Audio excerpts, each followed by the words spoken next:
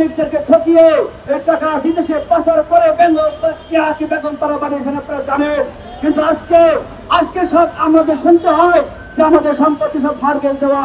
দীর্ঘদিন যাবত কারখানায় ব্যবসা করছে, এই কারখানার শ্রমিকদের যে উৎপাদন করেছে তাদের এই মালিকের প্রচুর পরিমাণ লাভ হচ্ছে। আমরা একটা ইনফরমেশন জানতে পেরেছি, এই মালিকের কিছুদিন আগে 48 কোটি টাকা চাইর মালিক ভাগ করে দিচ্ছে। কিন্তু আমরা তাদের ফ্যাক্টরি দেখেছি, আমরা তাদের বাড়িও দেখেছি।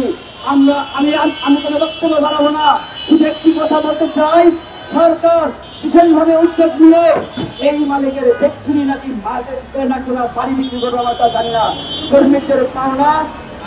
শ্রমিকদের পাওনা পরিশোধ করতে হবে সরকারের দায়িত্ব নিয়ে। এইভাবে আমি বক্তব্য শেষ করছি। দুনিয়ার মধ্যে